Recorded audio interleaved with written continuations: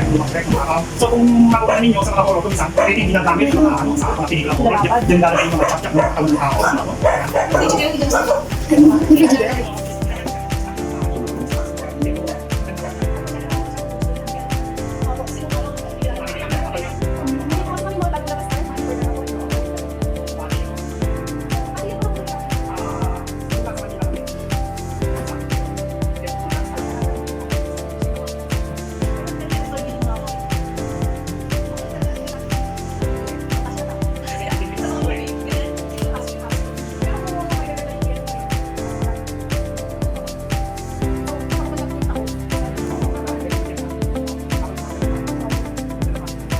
So, yun yung gramophone, no? Yun, yung gramophone yun. Tapos, Parang nakita ko po yun sa ano, sa Annabelle. Yun yung... tas ito yung iba, yung mga soft drinks. Ito, kumintang sa parting Batangas yan. Local po talaga. Oh, lahat local. ng- Yung Rizal na yun, Rizal soft drinks, sa Bulacan naman yan. Opo. Yung Bataan na yung pinangalan sa probinsya natin, Bataan soft drinks, kasi popular na popular yung Bataan. So, minarket naman siya sa parting Pangasinan. So, makikita ninyo yung Royal, tingnan nyo, amber, kulay brown. Soft drinks lang po yan, ano, Soft sir? drinks.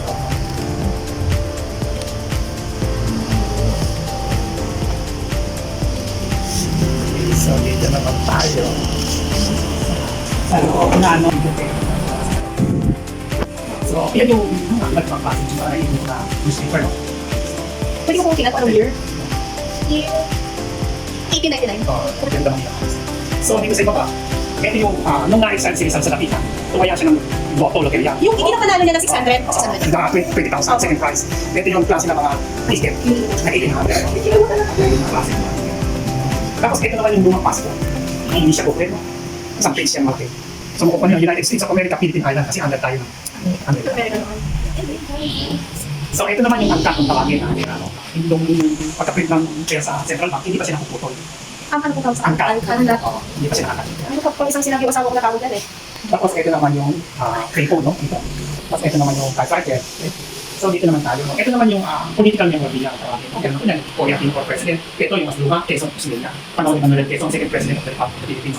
Yan, sila mga Filipino. And then ito yung mga iba't ibang klase ng political paternal.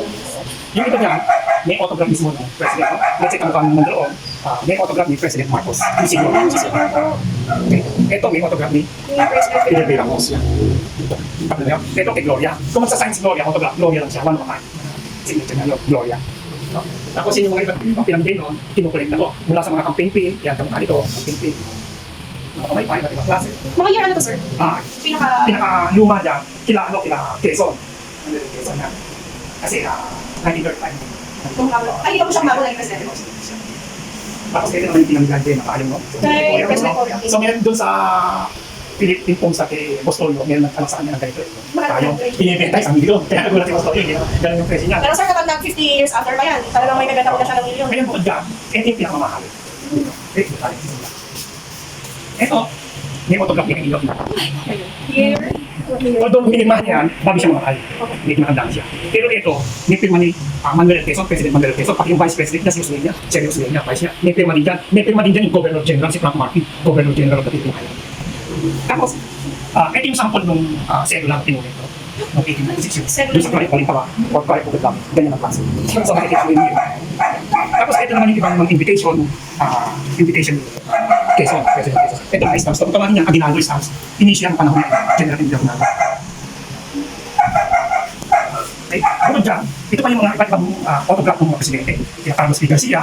Garcia, ito kay Quirino, President Quirino. Ito yung isa sa mga mahirap na autograph na kolektahin. Kasi hindi siya basta-basta kumipirma eh. Maging si Manuel Rocos din kasi hindi niya natapos yung term niya. At saka si President Magsaysay. Hindi na siya pirma. Kasi mga Vice President Magsaysay hindi niya natapos yung term niya. Yung sa nag-crash yung airplane sila sa kanya.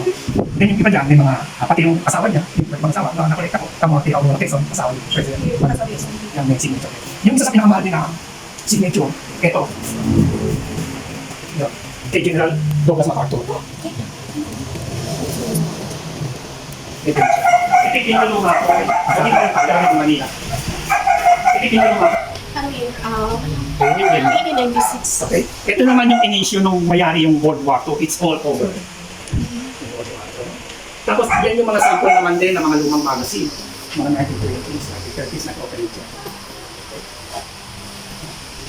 Yun, open sinutri. Yung lumang kalindahan. 1925 and 1946. Ito naman kung tawagin niya mga yan, ang music sheet, no? Yung sa tikla ng piano.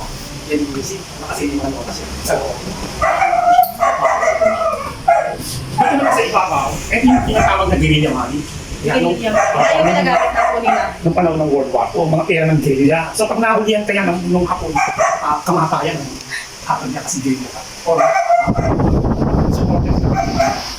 Kaya meron dyan, iba't pera, mga ganyan sa Dayan, sa Mountain Province, kung saan ini-issue. No? Ito naman yung iba na klaseng cellula rin. No?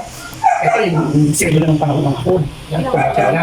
Tapos may mga cellula dyan ng panahon ng hapon. Ito rin yung pinaluma. 1800s, ang panahon ng Kastila. Mga cellula. Ito yung lumang litrato. Yan. Cartelist ang tawagin. Turn of the century, 1899 to 1900 ito. Noong araw, kung baga sa pag-ilig ka, mayaman ka kapag kaya kadalasan, first and last lang kung manipulatuan ng isang tao pag namatay siya. Family ko, kaya minsan yung meron yung nangungureta na rekwerde di patay, yung mismong patay, itinatayo pa nila yung ataon tapos nagpapapistiti ka kasi sa sobrang mahal. So kinakailangan ko, puntahan ka ng photographer dahil napakamahal mo na magpa-picture ka. Tapos may mga lumang comics din. Tapos, ito sa itaas naman din, una yung Luteriano, and then yung sweepstakes. Yung dati sweepstakes ko. Ewan ko kung inabot niyo yung sweepstakes na ticket. Yan, meron dyan yung inabot niyo, no? Although yung mga yan, parang hindi siya ordinary. No? Hindi siya ordinary. Bukod sa pagiging uncirculated niya, ibig sabihin ng uncirculated, nung na-print siya sa Central Bank, hindi na siya nag-circulate. Hindi siya na umabot sa mga tao. Kaya malutong na malutong. Then buong doon, kung mapupunan ninyo yung serial number niya, kung 1 siya lahat 1, kung 2 lahat. Oo, opo. Solid serial number kung tawagin. Pare-pare sa serial number. So kaya mahirap siyang palit-tayo. Then sa ibaba, meron doon, 2,000. Initial naman yan nung Centina, no? Nung time ni President Joseph Estrada. Ito naman yung collection ng Mrs. Kong. Ng mga party.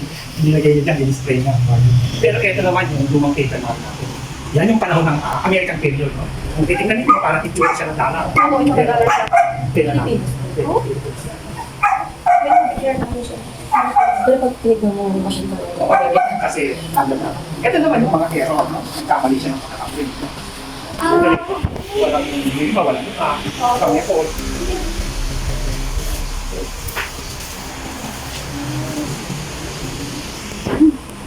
Kasi ito naman sa baba, ito naman yung mga ano natin. Kasi isa sa mga part ng kultura rin natin.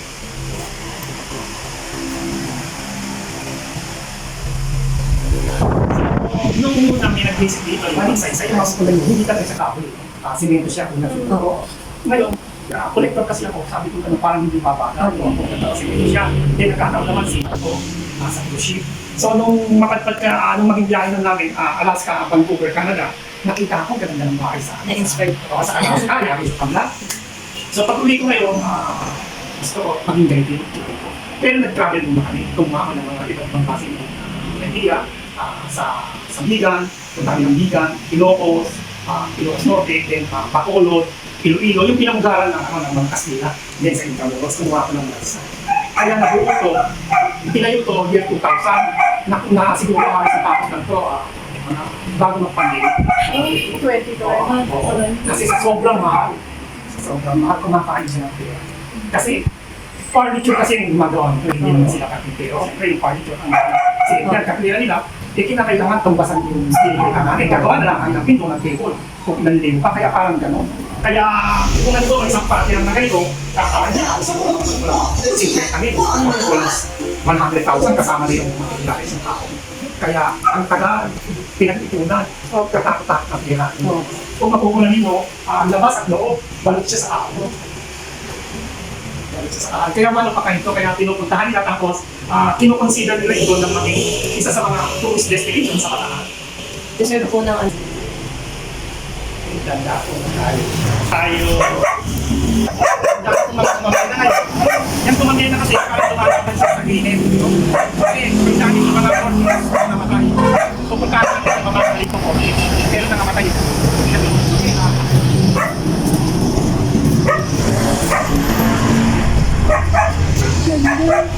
Kaya ano, pati yung nakaran mo, yari siya sa bricks, no? Karin siya ng Pangasinan.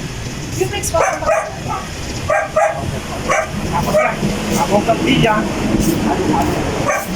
gawa ko ng bench.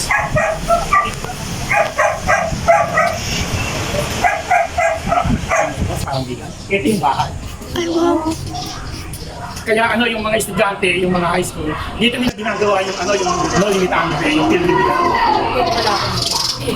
Dito filming, no? Filming sila.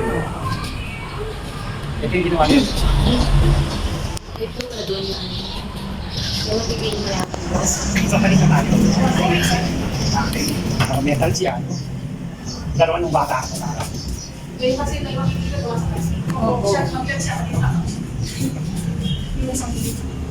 sila gusto nilang classic ang tema. Ayun, pumunta sila ng class. Sabi mo, sabi ako lang sa mo, sama ko lang sa mga luma, kapag kasi si tatay ko. Base din niya, no? Ito, 2 taon kinukonstruct. Ito lang, ayun, 2 taon kinukonstruct. Ito naman yung, ito yung loob. Ay, wow, ganda na. Pwedeng dito mag-BTS, kasi. And then maganda rin itong siya din dito. Ang ganda din.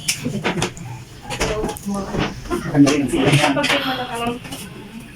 Kaya pala ng bricks sa bahay. Dahil nga, dito pa kasi natong Gana lahat yan. Kaya kasi hindi mo siya i-finish na yun, ano? Bago? Ano yung CR na? Oo. May ilaw sa taas dyan. May pa-ilaw.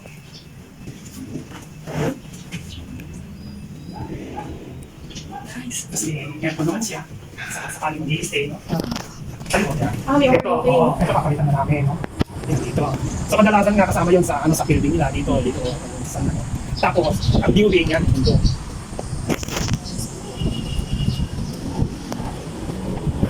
Ito na break sila sa baba. Oo. Nice, nice.